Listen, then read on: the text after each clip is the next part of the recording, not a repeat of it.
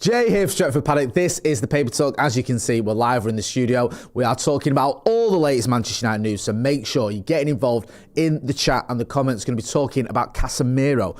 Can we say the rejuvenation of Casemiro? Does that seem a little bit silly to say that about one of the best defensive midfielders in the sort of last 20 years? But it does feel like that, doesn't it? It feels like this season he's become vital, where last season, a lot of people looking at Casemiro wondering, just myself included, how long he had left at Manchester United. So we're getting into that. He's been getting praised by one of his Brazilian teammates. We'll also be looking at some of the usual suspects when it comes to transfer rumours as well, plus a couple of sort of left field options as well, some younger players that we're looking at. We'll be getting into all that, so make sure you are hitting like, share and subscribe. Good to see all the usual suspects and some new ones in the chat.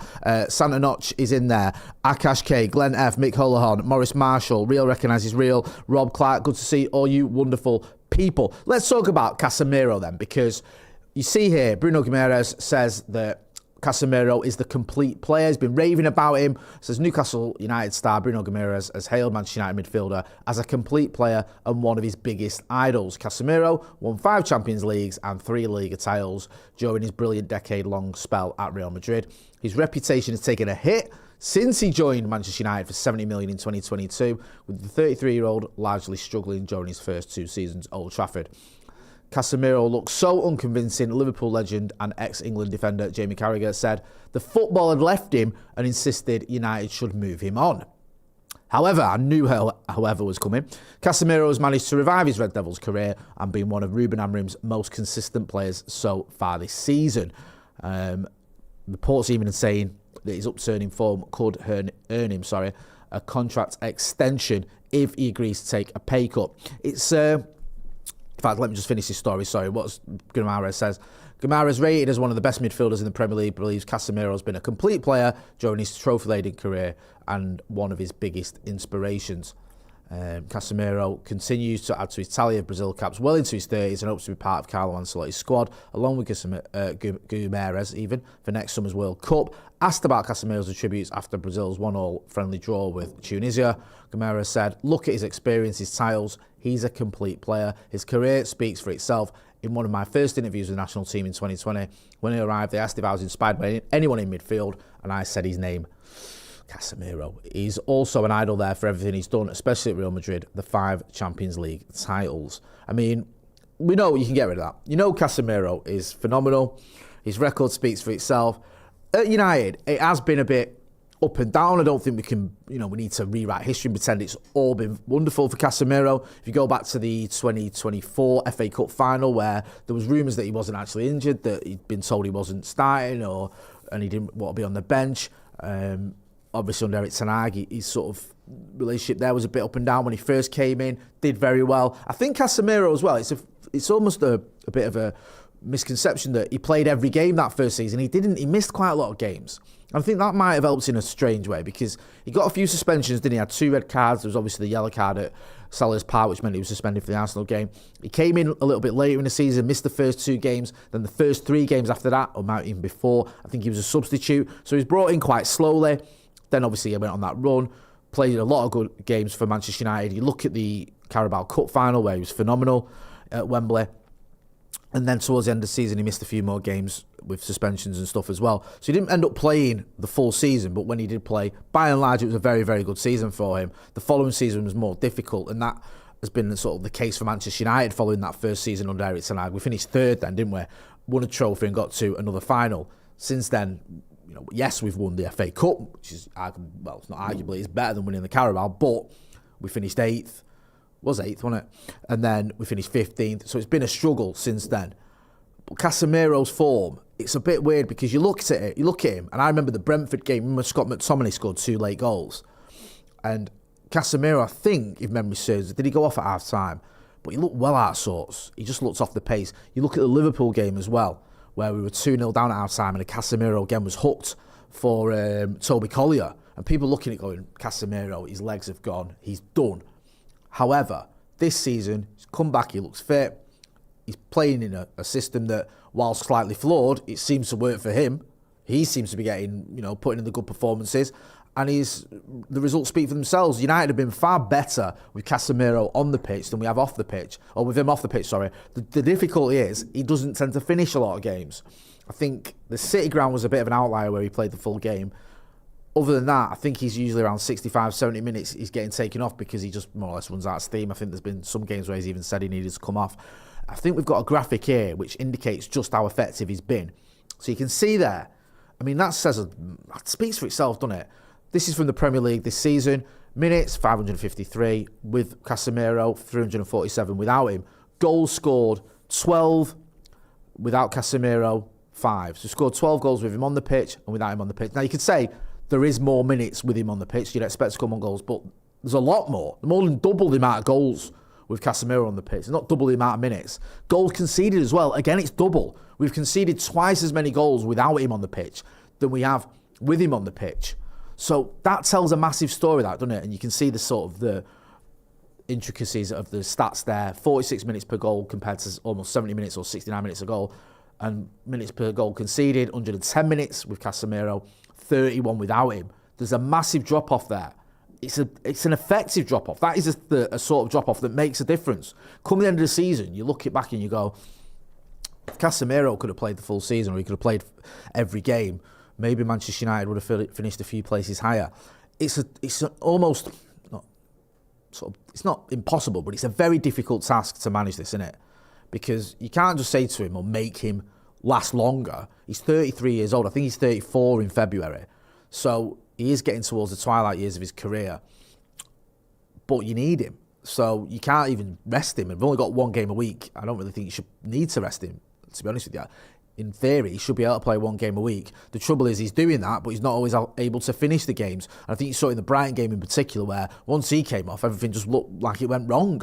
I mean, that's happened a few games. Let me know what you think about Casemiro, about his renaissance, if you want to call it that, what you've made of him this season, and how do United fix that problem? What would you do? What would be your suggestion? If you're Ruben Amorim and you've got a player that's vital to the way you're playing, vital to you getting results, helps score goals. He's actually got a few goals as well, I think, himself. Also, the team scores more goals when he's on the pitch. Stops you conceding as many goals. What do you do when that player is 33 years old and can't finish a game? It is a bit of a funny one. Nikhil S says, hit the likes. Kevin Credible says, it's a good argument for trying to get someone in January, if even on loan. There was talk one that maybe Conor Gallagher could be coming in January.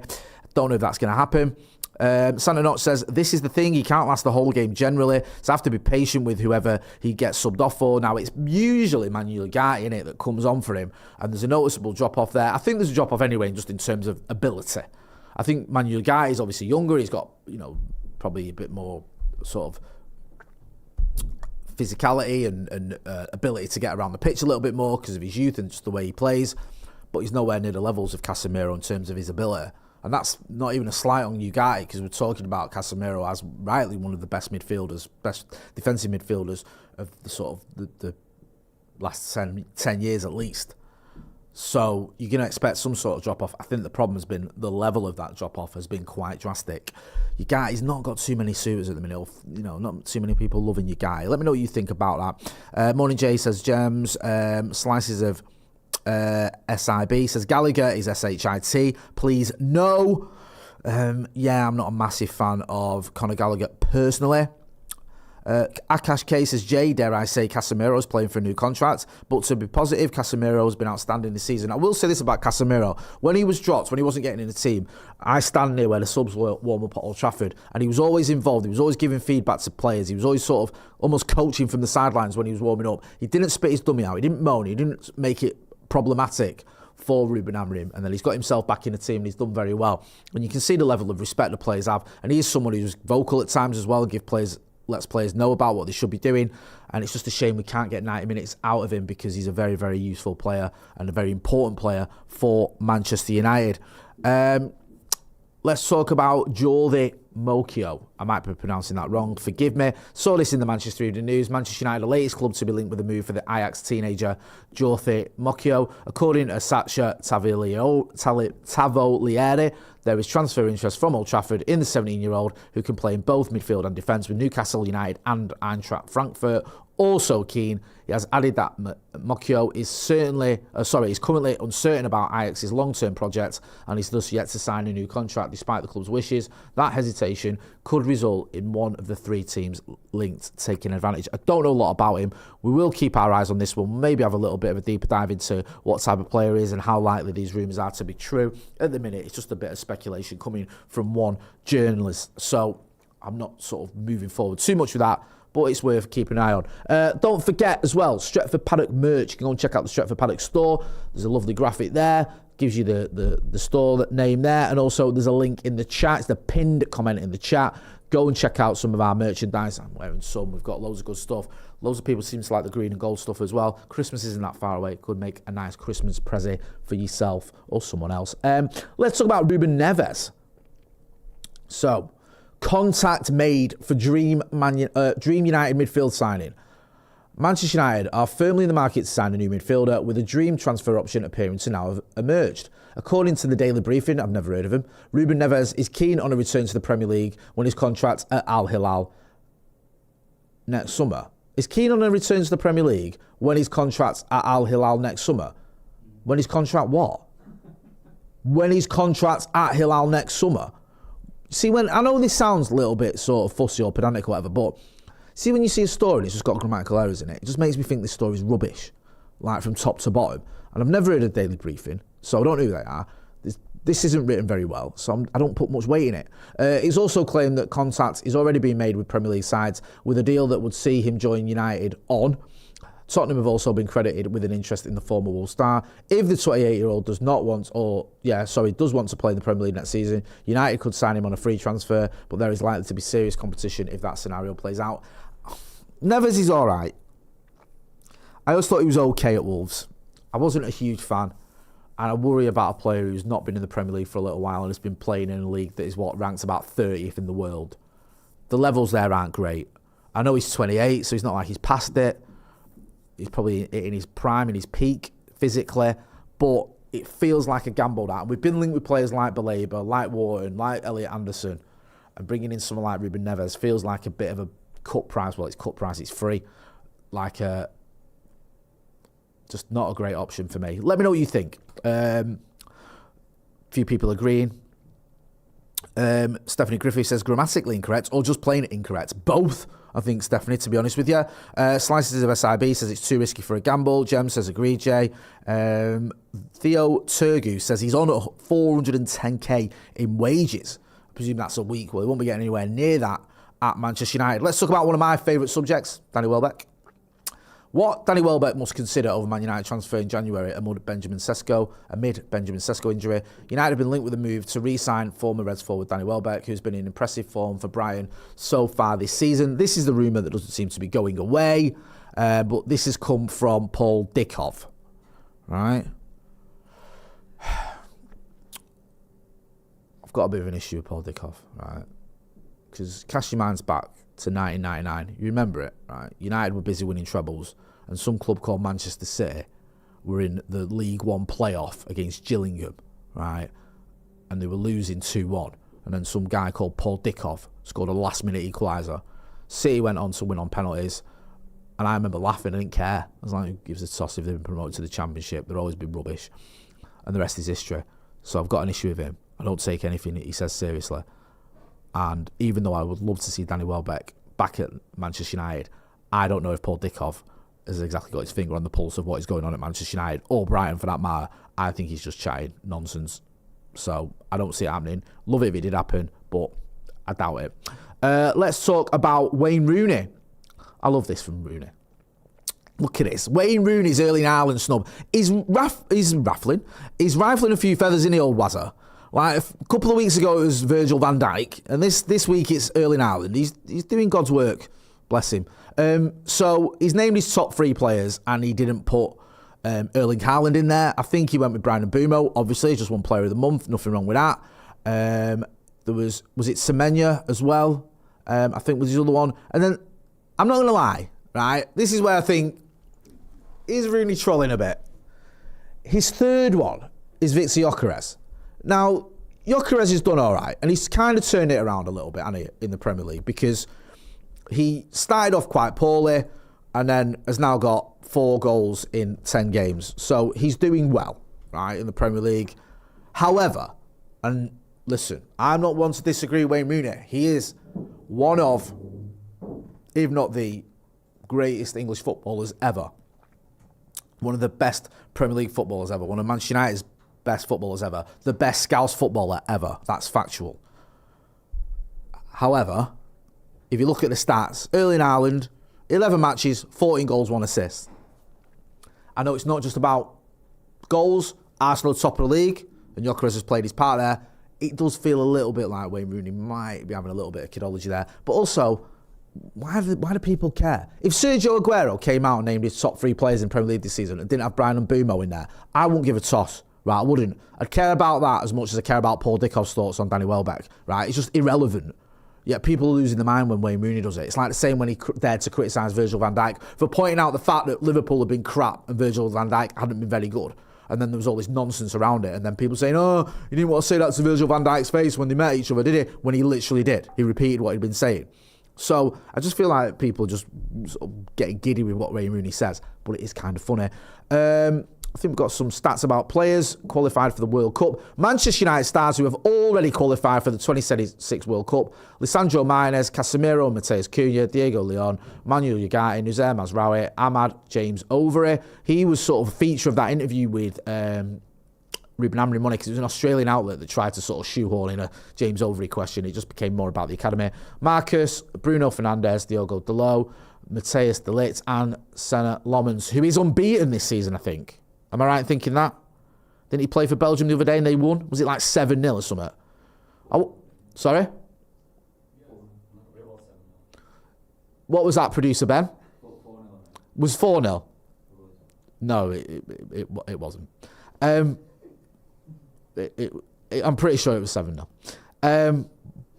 Don't worry though. So yeah, Senna Lomans is doing well. Loads of Manchester United players there in the World Cup got there. It's a bit odd, isn't it, that we don't have more for England. Usually with England, you'd have 3 or 4 Manchester United players, or at least 2 or 3. Just the one in Marcus Rashford, who's not even playing for Manchester United currently. So a bit weird if you care about that kind of thing. But who knows? It's a long time until the World Cup. Well, it's not that long, but there's still opportunities for someone like Luke Shaw or Harry Maguire, or even, who knows, a Kobbie Mainoo to gate crash the party. Unlikely, but you never know. United NBA Europe. What's all this about? Manchester United are in talks to form their own NBA team, according to reports. Back in the day, we used to have one. We used to have our own basketball team. So, yeah, a few other clubs are looking at doing it, and we're going to do it as well. If you like basketball, some of the lads in the studio do, then you're probably getting excited about that. I'm not really a basketball fan, and I've done it enough with the football team without getting my heart broken over the basketball team as well. Talking about Manchester United football team doing your head in, United women, who've been flying in the Champions League, they lost 5-2 to Wolfsburg last night. Obviously a bad result, but it's not the end of the world. They have won, I think, the first 3 games. Just a bit of a wake-up call. It says it there, Manchester United succumbed to their first defeat of the inaugural Women's Champions League campaign, a result that sent Stefan Lerch's side above United into 3rd in the table. I went to watch United women against PSG the other week, did very well. Obviously struggling on that front though, but we'll keep you posted as to what goes on. Santa Notch says remember ITV covering United basketball games back in the mid-80s. Yes, I do remember that vaguely. I remember United having a basketball team when I was very, very young. Going to be back later on today with Off the Bar. Me, Joe Smith, and Stephen Alson are going to be on that one. So make sure you're hitting like, share, and subscribe. Go and check out the merchandise, link in the description. I've been Jay Marty. This has been The Paper Talk. Thanks for watching.